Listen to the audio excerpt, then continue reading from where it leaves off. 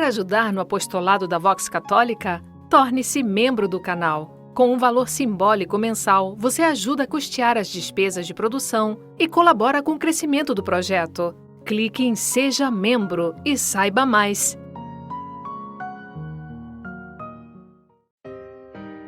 Liturgia diária. Quinto domingo do tempo comum. Primeira leitura. Isaías, capítulo 58, versículos 7 a 10. Leitura do livro do profeta Isaías. Assim diz o Senhor: reparte o pão com o faminto, acolhe em casa os pobres e peregrinos. Quando encontrares um nu, cobre-o, e não desprezes a tua carne. Então brilhará a tua luz como a aurora, e tua saúde há de recuperar-se mais depressa. À frente caminhará a tua justiça, e a glória do Senhor te seguirá. Então invocarás o Senhor, e Ele te atenderá. Pedirás socorro, e Ele te dirá: eis-me aqui. Se destruíres teus instrumentos de opressão, e deixares os hábitos autoritários e a linguagem maldosa, se acolheres de coração aberto o indigente, e prestares todo o socorro ao necessitado, nascerá nas trevas a tua luz, e tua vida obscura será como o meio-dia. Palavra do Senhor. Graças a Deus. Salmo responsorial 111. Uma luz brilha nas trevas para o justo, permanece para sempre o bem que fez. Ele é correto, generoso e compassivo. Como luz brilha nas trevas para os justos. Feliz o homem caridoso e prestativo, que resolve seus negócios com justiça. Porque jamais vacilará o homem reto. Sua lembrança permanece eternamente. Ele não teme receber notícias más. Confiando em Deus, seu coração está seguro. Seu coração está tranquilo e nada teme. Ele reparte com os pobres os seus bens. Permanece para sempre o bem que fez, e crescerão a sua glória e seu poder. Uma luz brilha nas trevas para o justo, permanece para sempre o bem que fez.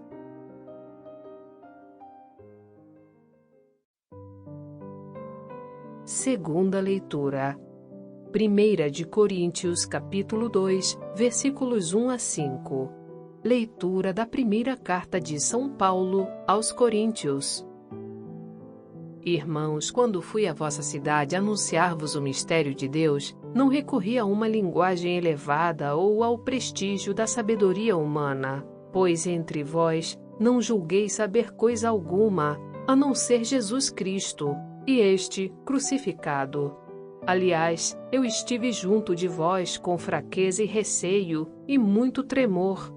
Também a minha palavra e a minha pregação não tinham nada dos discursos persuasivos da sabedoria, mas eram uma demonstração do poder do Espírito, para que a vossa fé se baseasse no poder de Deus e não na sabedoria dos homens. Palavra do Senhor. Graças a Deus.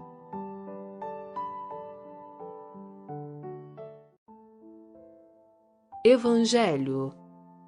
Mateus capítulo 5, versículos 13 a 16. Proclamação do Evangelho de Jesus Cristo segundo Mateus.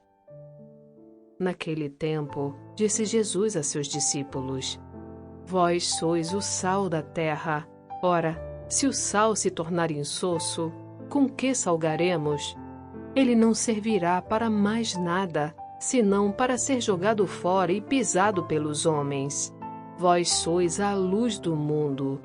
Não pode ficar escondida uma cidade construída sobre um monte. Ninguém acende uma lâmpada e a coloca debaixo de uma vasilha, mas sim num candeeiro, onde brilha para todos que estão na casa. Assim também brilha a vossa luz diante dos homens, para que vejam as vossas boas obras e louvem o vosso Pai, que está nos céus. Palavra da salvação. Glória a vós, Senhor.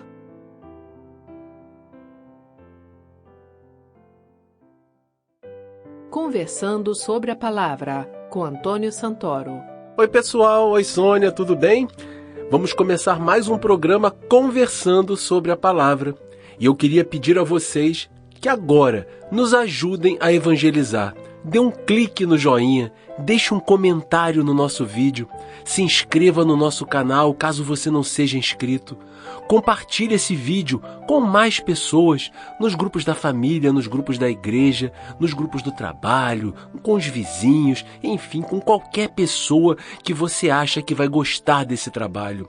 São maneiras de vocês nos ajudarem a evangelizar.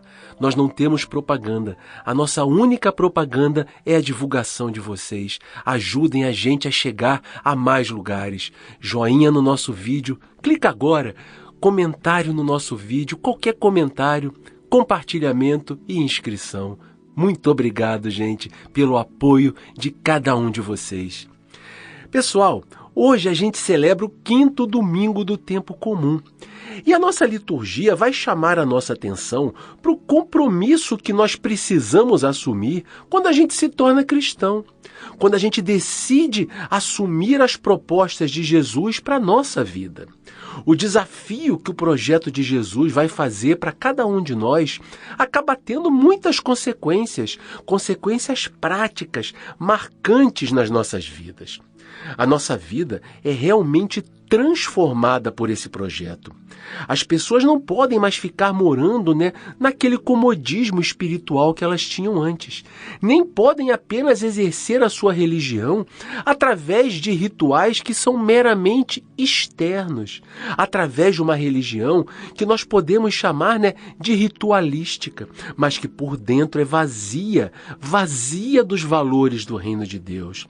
As pessoas que aceitam as propostas de Jesus, elas precisam ser uma luz no nosso mundo, uma referência, para que cada um que se aproxima delas veja, brilhando naquelas vidas, os mesmos valores do reino de Deus que são proclamados através das palavras. Vamos fazer esse esforço, vamos prestar atenção na nossa liturgia de hoje, vamos permitir que o Espírito Santo de Deus faça realmente uma transformação verdadeira na nossa vida. A nossa primeira leitura de hoje é retirada do livro do profeta Isaías. Ela nos apresenta uma série de exigências que são feitas para que a pessoa que serve a Deus, de maneira verdadeira, seja uma luz que possa iluminar o mundo à sua volta. A leitura nos dá a entender ainda que, de forma indireta, que não são as pessoas que cumprem rituais religiosos de maneira rigorosa, e que muitas vezes são rituais vazios e estéreis, como a gente falou. Não são essas pessoas que se tornam luz para o mundo. Mas a leitura nos mostra que são as pessoas que são verdadeiramente comprometidas com a fraternidade, com a partilha do pão, com a justiça, aquelas que têm preocupação com a justiça e com a paz. São essas pessoas que se tornam uma verdadeira luz para o mundo e para aqueles que estão ao seu redor. A leitura nos situa, gente, na cidade de Jerusalém, no período em que os exilados estavam retornando da Babilônia. As pessoas voltavam do exílio com muita alegria, mas logo elas caíam na real. Elas caíam e percebiam a verdadeira situação em que se encontrava Jerusalém. As pessoas encontram uma cidade desfigurada e o domínio do Império Persa sobre ela ainda lembrava muito que eles não eram verdadeiramente livres. Mas tendo retornado do exílio da Babilônia, eles ainda se sentiam escravos da Babilônia. O futuro da nação não estava realmente nas mãos deles, e as promessas de libertação e de reconstrução da sua nação pareciam ainda estar muito distantes de acontecer, dando a eles a impressão de que a intervenção de Deus prometida em favor do povo ainda estava muito longe de acontecer. Gente, essa leitura de hoje, ela foi retirada do capítulo 58 do livro do profeta Isaías.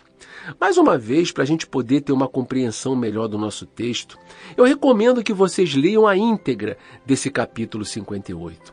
Eu sou muitas vezes chato com isso, né? Eu fico insistindo para vocês lerem trechos a mais. Mas essa é sempre a melhor maneira da gente compreender o sentido maior da nossa leitura. Porque o trecho que a gente lê na missa, muitas vezes é apenas um recorte de um capítulo.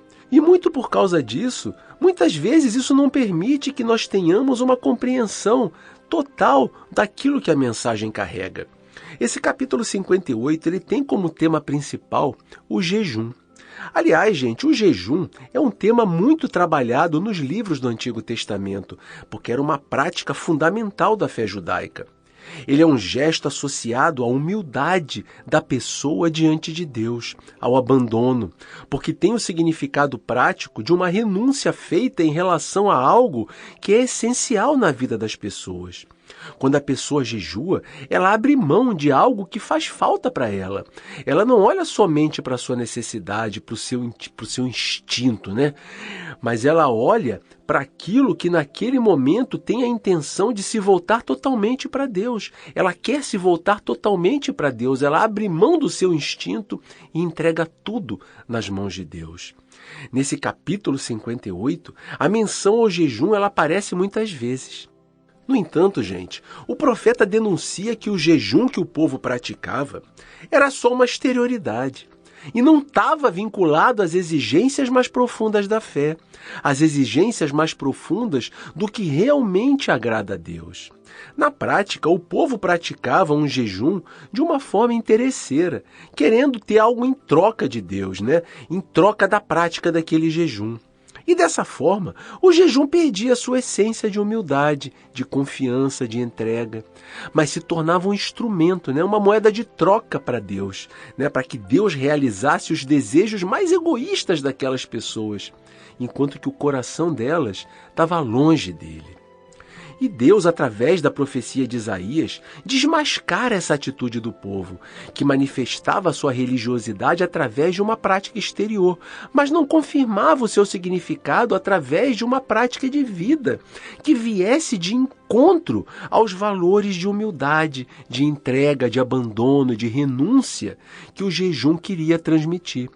Para Deus, a religiosidade das pessoas tem que vir acompanhada de uma prática de vida que seja coerente com ela. Isso vale para todos os tempos, isso vale para cada um de nós também. Um culto, né, que seja apenas a expressão de uma prática ritualística, né, cheia de formalidade, cheia de grandes ritos, mas que é vazia quanto às práticas dos valores que precisam fazer com que as pessoas se tornem luzes, as luzes que Deus deseja para serem suas referências no mundo. Um jejum que se funde apenas no ritualismo não tem valor perante Deus. O povo de Deus, as pessoas, né? Nós, só vamos ser uma verdadeira luz que anuncia a Deus para os outros se nós formos testemunhas na nossa vida diária, na nossa vida prática, no dia a dia, nas nossas relações. Se nós formos testemunhas desse amor e dessa misericórdia de Deus, através da realização de ações concretas de amor, de piedade, de libertação e de paz. A nossa relação com Deus só vai ser verdadeira se a nossa prática religiosa de vida for acompanhada desses gestos concretos na vida cotidiana. Sem eles, gente, a religião é uma prática vazia.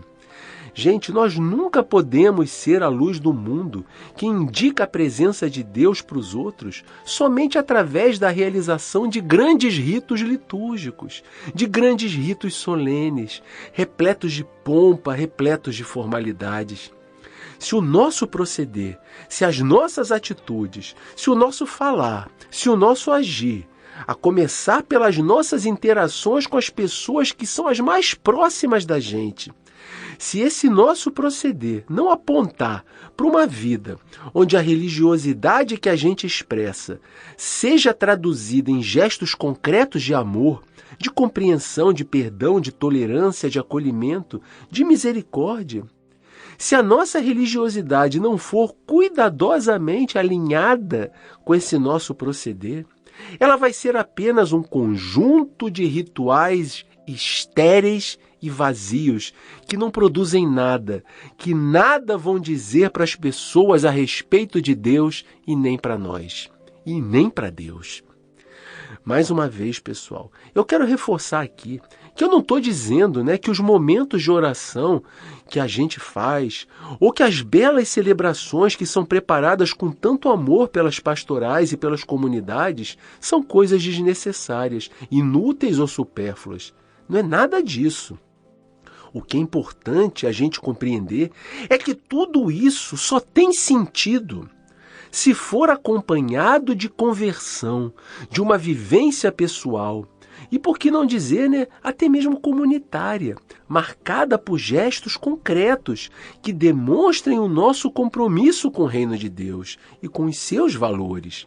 A multiplicação de solenidades e de rituais e de orações, desacompanhada dessa vivência, não vale nada e é vazia.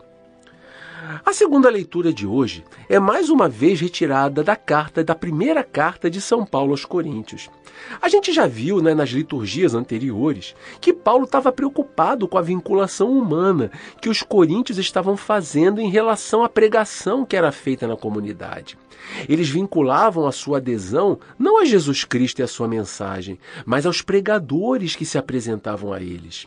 Tanto era assim que muitos diziam que eram de Paulo, outros de Apolo, outros de Pedro.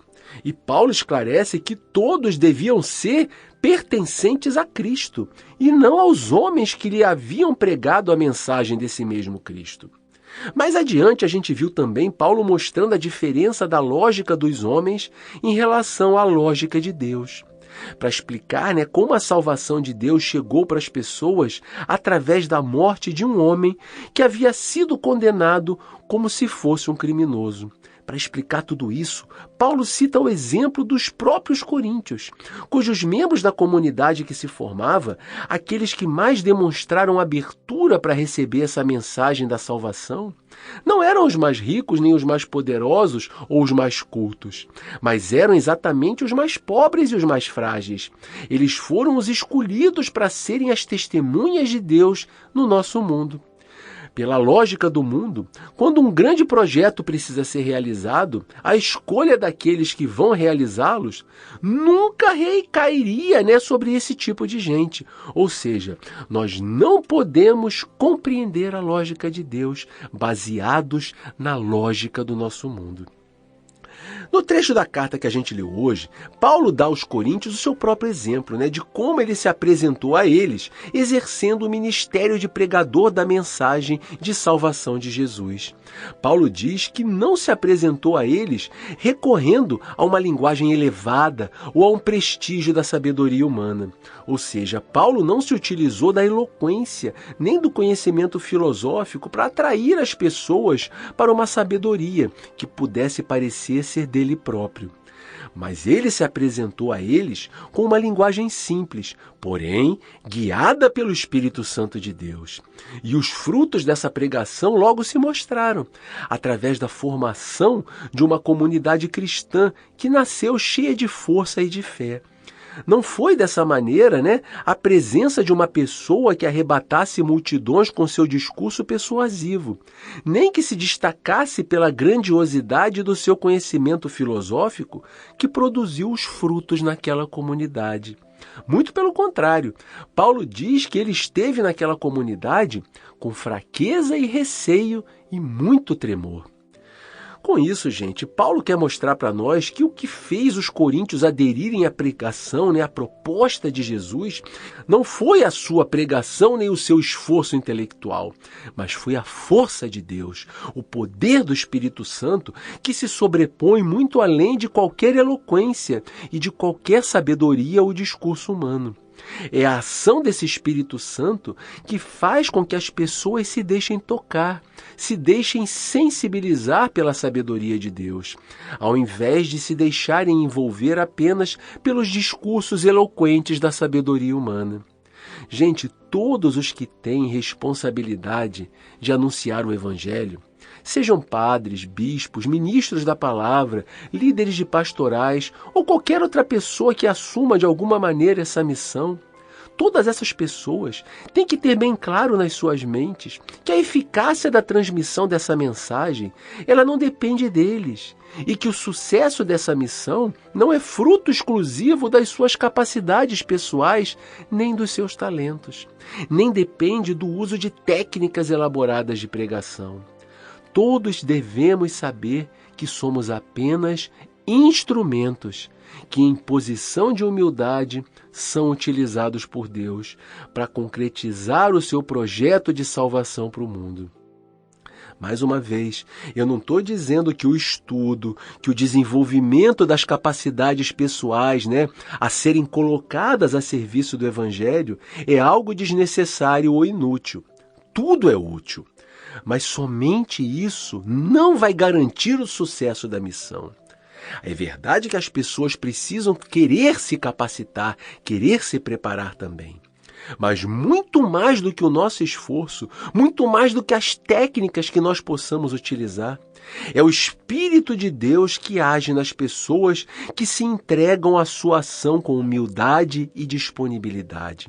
Esse é o carimbo, O carimbo desse Espírito é que vai tornar eficazes os esforços que são empreendidos para anunciar a palavra de Deus, para anunciar a proposta salvadora de Jesus para todas as pessoas. Se não fosse dessa maneira, se tudo dependesse somente da intelectualidade, Deus nunca falaria pela vida dos mais humildes. A lógica de Deus ela estaria invertida. E como nós já aprendemos, nós não podemos entender a lógica de Deus baseado na lógica desse mundo.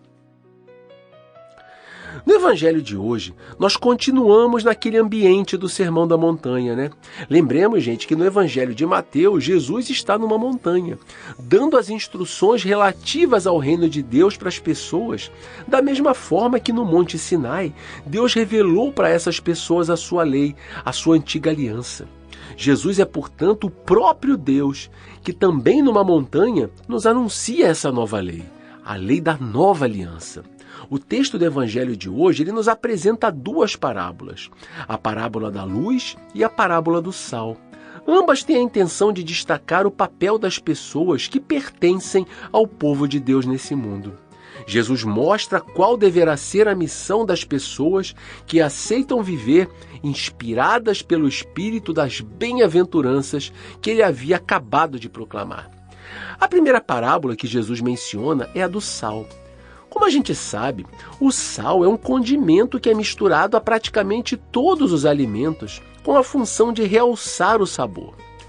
Ele é também usado como elemento de conserva de alimentos, Quem nunca viu, carne seca, aquelas partes do porco que são salgadas e que a gente compra para botar na feijoada, E o sal, ele impede que os alimentos se estraguem pelos processos de decomposição. Então, nesse último sentido, ele simboliza as coisas que permanecem inalteradas. Ele nos dá um sentido de perpetuidade. Dessa maneira, gente, dizer que os discípulos são o sal da terra tem a intenção de mostrar que eles deveriam ser aquelas pessoas que fariam a diferença no mundo, que dariam graça, que dariam sabor, que trariam alegria, que trariam algo a mais ao que está sem graça e que também trabalhariam para perenizar e para conservar esse ensinamento, essa nova aliança que estava sendo formada entre Deus e as pessoas, o que por consequência, garantiria a continuidade da proclamação do projeto salvador de Jesus. A segunda comparação que Jesus faz é a da luz. É dentro dessa segunda comparação, que ele utiliza duas imagens diferentes. Primeiro, ele menciona a cidade que não pode ficar escondida em cima de uma montanha. Com essa comparação, Jesus quer nos fazer lembrar do profeta Isaías, quando no capítulo 60 do seu livro, ele diz que Deus vai ser a luz que brilhará sobre Jerusalém, que realmente é uma cidade que fica no alto de uma região montanhosa. E a partir de lá, vai iluminar todos os povos. E a segunda imagem que Jesus utiliza é a lâmpada, que é acesa e colocada em um candeeiro e que irá iluminar todos os que estiverem ao seu redor. Nós podemos ver nessa imagem um complemento mais detalhado da primeira imagem, que fazia alusão à cidade de Jerusalém inteira. Na segunda imagem, Jesus individualiza as pessoas, dizendo que elas próprias deverão representar esse brilho, o brilho dos valores do reino dos céus, que vai clarear o entendimento das pessoas a respeito do reino de Deus e que vai desafiar o nosso mundo. Jesus diz aos discípulos que é a presença dessa luz que vai ser irradiada a partir deles, que o mundo vai ser iluminado. De agora em diante, os que aceitarem as propostas feitas por Jesus e se comprometerem com a nova lei que havia acabado de ser dada ao mundo através da proclamação das bem-aventuranças, são esses aqueles que habitarão essa nova Jerusalém, que vai brilhar do alto da montanha e que vai iluminar todos os povos. Vejam, pessoal, que iluminar todos os povos, como é dito pelo profeta Isaías, é também uma referência à universalidade da salvação que foi trazida por Jesus. Não era somente para iluminar o povo judeu, mas era para iluminar todos os povos. Estas palavras de Jesus, no entanto, elas não tinham o significado de dizer aos discípulos que eles deveriam ser pessoas, amostradas, que deveriam se fazer notar por todos, que queriam ser pessoas que gostam de aparecer, que deviam ficar chamando a atenção do mundo para si, para que fossem reconhecidos e aplaudidos pelos outros. Não era isso que Jesus queria dizer, quando ele disse que eles precisavam ser luz. A missão deles é a de todos os que se tornam luz. A nossa missão, no sentido em que Jesus quis ensinar, é dar testemunho com suas palavras e com suas vidas a respeito dos valores do reino de Deus. É fazer o questionamento do mundo em relação a tudo aquilo que vem de encontro, em relação a tudo aquilo que é contrário a esses mesmos valores. É um ser, um reflexo de luz, um reflexo da luz de Deus no meio das trevas que normalmente guiam as sociedades. Eles não poderiam se esconder, se omitir, viver como se não estivesse vendo as coisas. Não poderiam fugir das responsabilidades que lhes haviam sido dadas pela adesão que eles fizeram ao projeto de Jesus. Um pouco mais à frente, a gente vê Jesus se referindo às boas obras que os discípulos deviam praticar, a fim de que brilhasse sobre eles a luz de Deus e que eles fossem reconhecidos dessa forma pelas pessoas. Essas boas obras, muito provavelmente, são uma referência à segunda parte daquelas bem-aventuranças, onde são mencionadas a misericórdia, a pureza de coração, a defesa da paz e a busca pela justiça. Essas são as obras, são as atitudes das pessoas capazes de se compadecer, de amar, de perdoar, de se compadecer com o próximo, de ter empatia, de se sensibilizar com os sofrimentos e com as angústias dos seus irmãos. São as atitudes das pessoas que focam a vida na honestidade, na lealdade, na verdade. São as atitudes das pessoas que se recusam a usar a lógica da violência, mas continuam lutando por um mundo onde a justiça prevaleça. Essas são as boas obras pelas quais as pessoas precisam ser reconhecidas.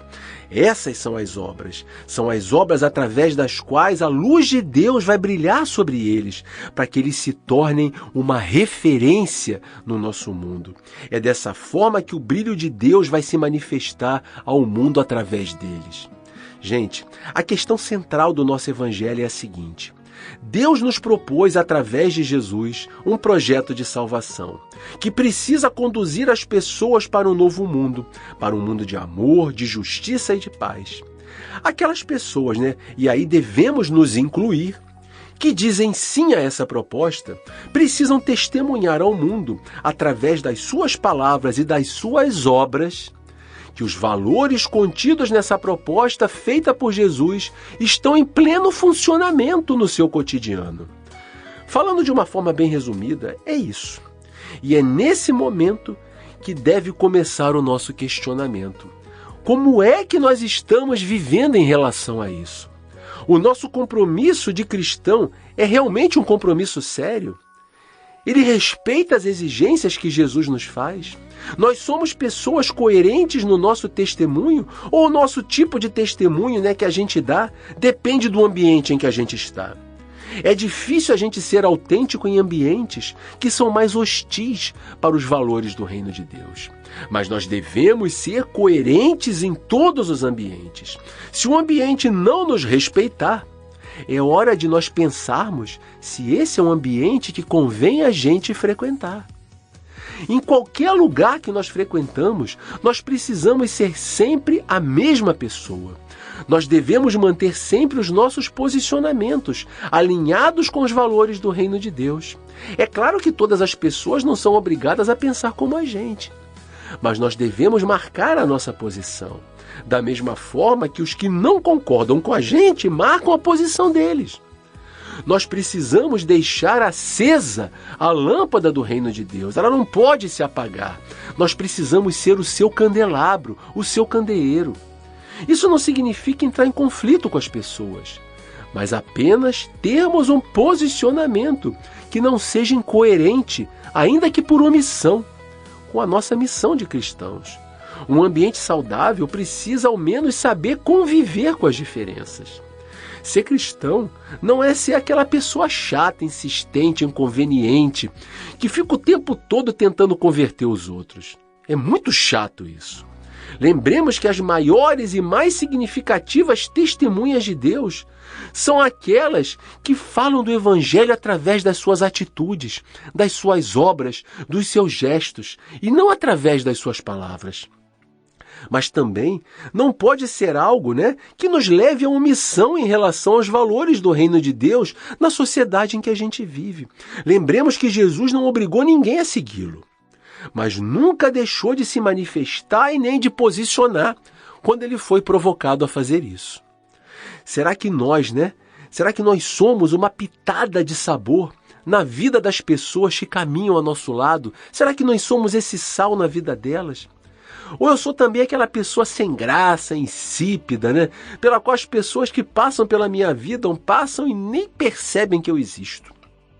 Ou pior ainda, será que eu sou aquela pessoa amarga, pesarosa, que vive reclamando de tudo, que não tem agradecimento no seu coração, que não tem gratidão, que está sempre insatisfeita, que quando consegue uma coisa já não liga mais para ela, está querendo conseguir outra? Ou ainda, será que eu sou uma pessoa egoísta, fechada, dentro de mim mesmo, que só me preocupo comigo, que acabo pecando ao não conseguir dar importância para as necessidades daqueles que caminham do meu lado, que não consigo ver as oportunidades que a vida me apresenta para realizar essas obras de Deus, que precisam marcar a vida daqueles que dizem sim ao projeto de Jesus? Será que de tão egoísta que eu sou, eu não percebo o momento que eu tenho, a oportunidade que eu tenho de realizar a obra que Jesus espera de mim, porque eu estou preocupado só comigo e com o meu bem-estar? Que tipo de luz sai de mim? Que sabor eu dou à vida daqueles que caminham junto comigo? Quais são os valores que as minhas palavras e as minhas ações transmitem para as pessoas ao meu redor? Pensemos sobre isso de maneira muito séria durante essa semana. Reflitamos um pouco sobre a nossa condição de sal da terra e de luz do mundo. É isso que Jesus deseja da gente. É uma conversão na nossa vida prática. Quando nós dizemos sim ao projeto de Deus, a gente não está só se comprometendo em frequentar uma comunidade, em participar de celebrações, em rezar, em ler a Bíblia. Tudo isso é muito importante porque nos faz crescer, nos faz obter conhecimento. Mas nós estamos nos comprometendo com Deus a realizar na vida tudo aquilo que essa religiosidade quer nos ensinar. Longe disso, somente com práticas ritualísticas, a nossa vida religiosa de nada adianta. Pessoal, quem não deixou um joinha, deixe. Quem não deixou um comentário, deixe. Quem não está inscrito, se inscreva no nosso canal. Quem puder, compartilhe o nosso trabalho com outras pessoas. Sejam luz do mundo. Ajudem a mensagem de Deus a chegar a cada vez mais e mais pessoas. Um grande abraço para cada um de vocês e até o nosso próximo programa. Obrigada, Antônio. Obrigada, ouvintes. Tenham uma boa semana e que Deus abençoe a todos.